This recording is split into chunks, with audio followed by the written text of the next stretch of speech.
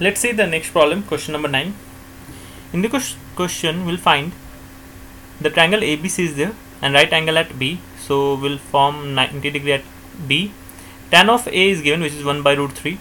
So we know that tan of theta is nothing but tan of A is equal to perpendicular upon base. So basically, if you consider this angle A, so opposite to this will be considered as a perpendicular, this as a base, and this is the hypotenuse. On the same way, well, BC is nothing but the 1, because 1 by root 3 is there, and AB, which is base, which is root 3. So this multiplied by k times of multiple, like whatever the value, like 1 into k will give you k, and this will be root 3 into k.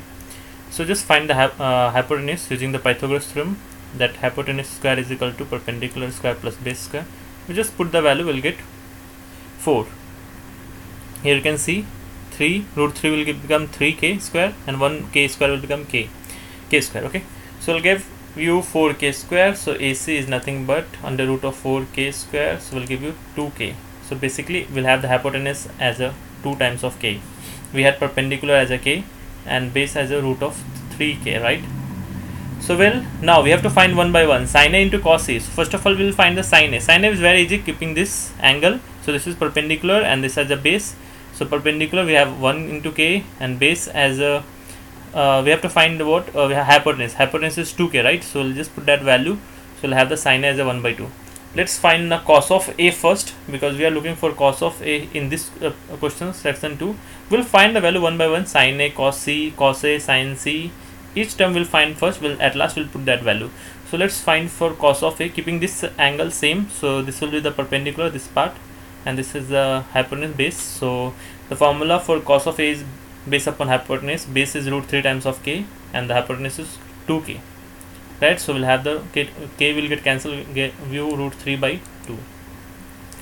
Now let's find the sin of C. For sin of C, let's take this angle. So opposite to this will be this time as a perpendicular. Whenever we'll consider this angle as a C, so now the B, instead of BC as a perpendicular, now AB will become a perpendicular for this, and BC will be now base, but hypotenuse will remain same, because opposite to that angle is nothing but the perpendicular. So this time we are considering angle C. So opposite to this is AB here. So let's find the sin C. Sin C is perpendicular upon hypotenuse. Perpendicular, this time this is AB as a perpendicular. So basically AB has root 3 times of k, and AC is the hypotenuse, which is 2k. So we'll have root 3 by 2 as a value. Let's find cos of C. So cos of C, again the same angle, keeping this as a perpendicular, this as a base. So well, base we have now k, 1 into k, and AC as a 2 times of k. So we'll have 1 by 2. We just find only sin A, cos A, sin C, cos C only, because we are just looking for these 4 values only. Let's find the first part now.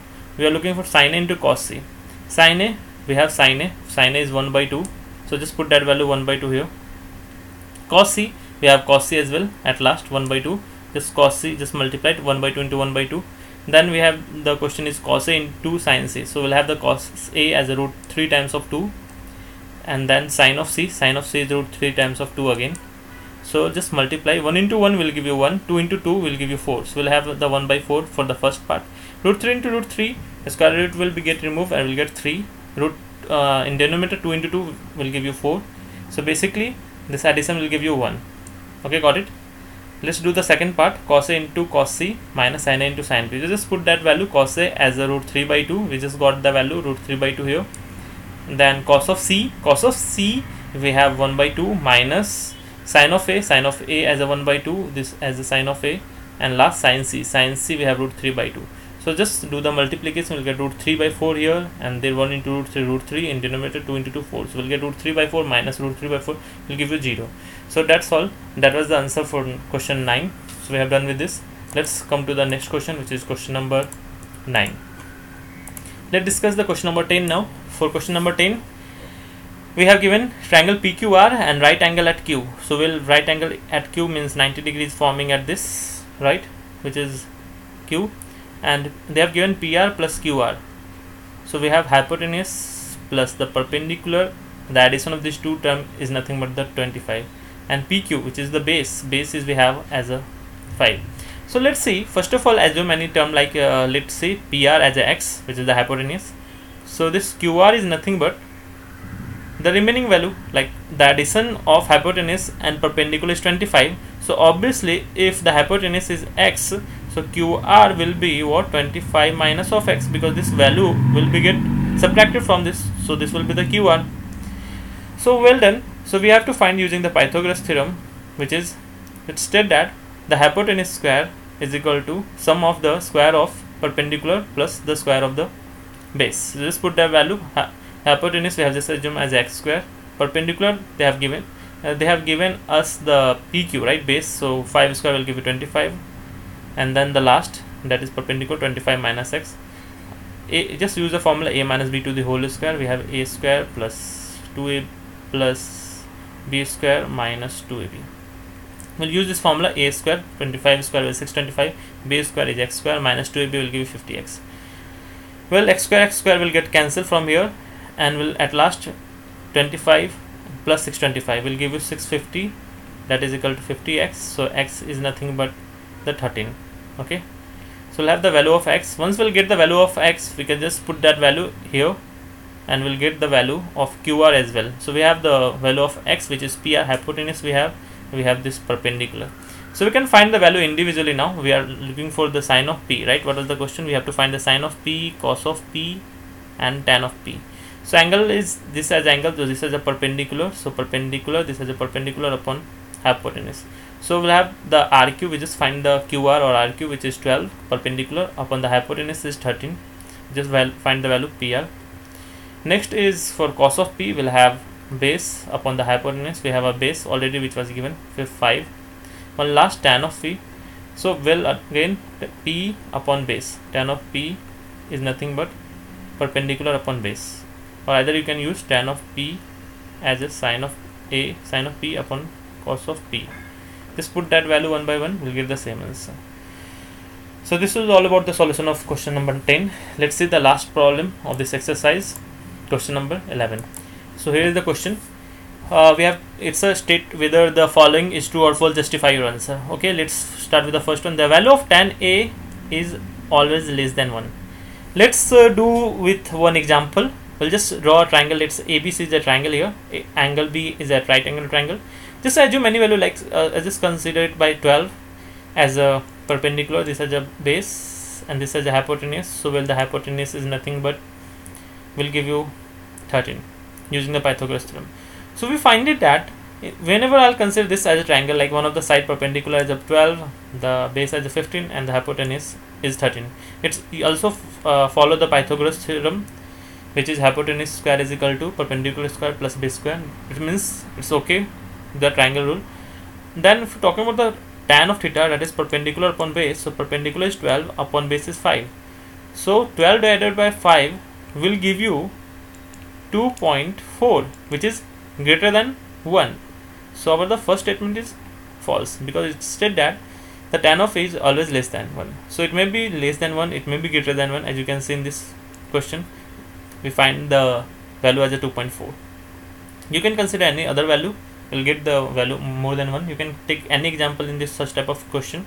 Okay, here you can find 12 by 5 is greater than 1, hence tan A is greater than 1, hence tan of A is not less than 1, which is not a true always, so its statement is false. Okay, let's talk about the second one. Sec of A is given, which is 12 by 5 for some value of angle A. Okay, so well, let's see on the same way. So we have just discussed this problem, like perpendicular as a 12, base as a 5, and the hypotenuse as a 13, right? So using this formula, sec of theta is hypotenuse upon the base. So hypotenuse 12 upon the base as a 5. This is the hypotenuse, this is the base. So hypotenuse we have AC upon the base as a AB. So let's say AC as a 12k and AB is 5k. K is a positive integral and a multiple. So using the Pythagoras theorem, we can use this AC square, which is very easy. AC square hypotenuse square is equal to perpendicular plus base. From there you will get the value. Like once we will put the value, we can find the other value. Like here's, let's see what I will do is put the value of sine theta. So I'll get the value, like sine of theta is nothing but the perpendicular upon base, right? Well, we have a small mistake is over there. I just change it. So we are looking for the BC now. Using the Pythagoras theorem, So what we can do is, now we have 12k square which is given, right, and we have 15k perpendicular upon base. We can use this form. Well, previously we have sec of b is there, so we have h and b is there. We will find the p here. This is h, this part is h, and this part is b. We'll find the p using the Pythagoras theorem. So we'll have the BC as a 10.9k. So it can be observed that for a given point, two sides AC is 12 by k, AB is 5k. BC should be such that it must be, you can say, greater than AC minus AB, but BC must be less than AC plus AB. If we will do so, we will get AC is 12k minus 5k will give you 7k, and while addition 12k plus 5k will give you 17k. However, BC will satisfy this 10.9k. Clearly, such a triangle is possible, and hence such values of sec A is possible. Talk about the third one. First, see the question. Abbreviation used for cosecant of angle A is cosec A, and cos A is the abbreviation for cosine of angle A. Well, hence the statement is false. Let's talk about the fourth one. Cot A is not the product of cot A, and A is the cotangent of A, hence the given statement is false. Last, sine of theta is 4 by 3. We know that the right angle triangle. From this, we know that in a right angle triangle, hypotenuse is always greater than the remaining two sides. Therefore, such the value of sine theta is not possible. Hence, the given statement is false. Okay, if you have any query, you can give me in the comment box below. Thank you for watching this video.